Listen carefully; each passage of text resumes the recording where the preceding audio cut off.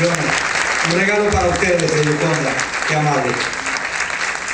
Bueno, amigos oyentes, tengo por acá pocas palabras, les prometo que no voy a ser muy largo, pero pensando en lo que les iba a decir esta tarde, no tenía realmente un punto de partida que me uniera con Cuba y Venezuela. Pero después me puse a pensar y dije, qué pendejo soy yo. Si mi primer suegro es cubano, imagínense ustedes. Por ahí comienzo. Mi suegro cubano, el doctor Jorge George Gibre, distinguido médico oriundo del poblado oriental de Baracoa, en el oriente de Cuba, tuvo la gentileza y la paciencia de hablarme durante años sobre su admiración por José Martí y Simón Bolívar. El doctor George se fue a Venezuela en 1948. Estaban tumbando a Rómulo Gallegos en esa época. El doctor George ejerció la medicina en los lugares más difíciles de nuestro país. Desde la isla de Cuba se fue junto a una docena de médicos para ayudar a combatir una epidemia de paludismo que azotaba a Venezuela en ese momento. Mi suegro no lo pensó dos veces, pero suponía que la estadía no sería por más de un año.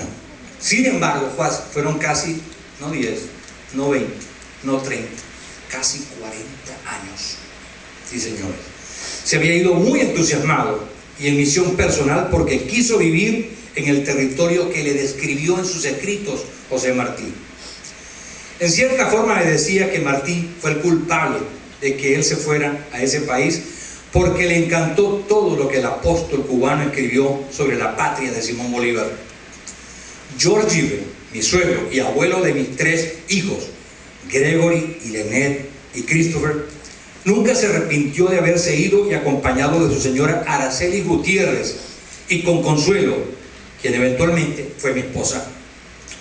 Una vez en su consultorio de Isnotú en el estado Trujillo, me dijo, por favor, siéntate aquí, que te voy a leer algo. En su poltrona, frente a mí, muy hondo y muy orgulloso, comenzó su lectura, no sin antes hacerme una pregunta. Camacho, así me llamaba él, ¿sabe quién fue Narciso López?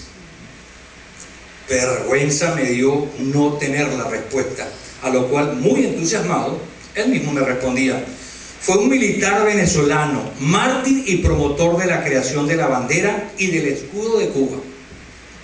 ¿Oyeron bien? Acto seguido, pegó su espalda al asiento, abrió el libro y comenzó a leer. Cuentan que un viajero llegó un día a Caracas al anochecer y sin sacudirse el polvo del camino, no preguntó dónde se comía ni se dormía, sino cómo se iba a donde estaba la estatua de Bolívar.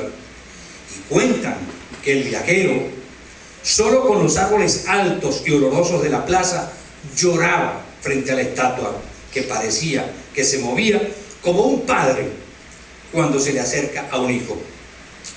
El viajero hizo bien, porque todos los americanos deben querer a Bolívar como a un padre. A Bolívar y a todos los que pelearon con él, como él, porque la América fuese del hombre americano. A todos, al héroe famoso y el último soldado, que es un héroe desconocido. Hasta hermosos de cuerpo se vuelven los hombres que pelean por ver libre a su patria. Libertad es el derecho que todo hombre tiene a ser honrado y a pensar y a hablar sin hipocresía. En verdad que el doctor Jorge George Gibre me conmovió con su lectura. Él tenía todas las obras del apóstol de la patria cubana. Y lo que acaban de leer, mejor dicho, lo que él acababa de leerme, era justamente algo que escribió José Martí en 1889 para su revista mensual Edad de Oro, y donde describía su viaje a Caracas en un pasaje titulado 3 héroes. Y efectivamente, Venezuela acogió a José Martí como un hijo, acción que él agradeció con estas palabras de despedida a Fausto Teodoro de Atrey, director de la Opinión Nacional de Caracas: deme Venezuela, ¿en qué servirla? Ella tiene en mí a un hijo. Le decía, por cierto, el doctor John Aizpurua que lo lamentable en casos como el de Bolívar y Martí es que hayan sido secuestrados como emblemas de supuestas revoluciones que, en lugar de mejorar a sus pueblos, los hayan llevado al ocaso, de paso cercenando las libertades. El doctor Aispurua evocará hoy los perfiles intelectuales, sociológicos, éticos y políticos y pondrá en evidencia que ellos fueron precisamente los paladines de la libertad y que sus nombres no pueden ser indebidamente utilizados para justificar sistemas autoritarios. También quiere el doctor Aispurua en esta conferencia rendir un homenaje a los valientes e importantes comunidades cubanas y venezolanas que residen en Florida y que han servido de ejemplo a otras comunidades en cuanto a la labor y esfuerzo que pueden hacer fuera de sus países para seguir luchando en defensa del respeto a los derechos humanos y las libertades civiles. John Aispurua es psicólogo clínico, escritor, profesor universitario, presentador de programas de radio, escuchados dentro y fuera de Venezuela.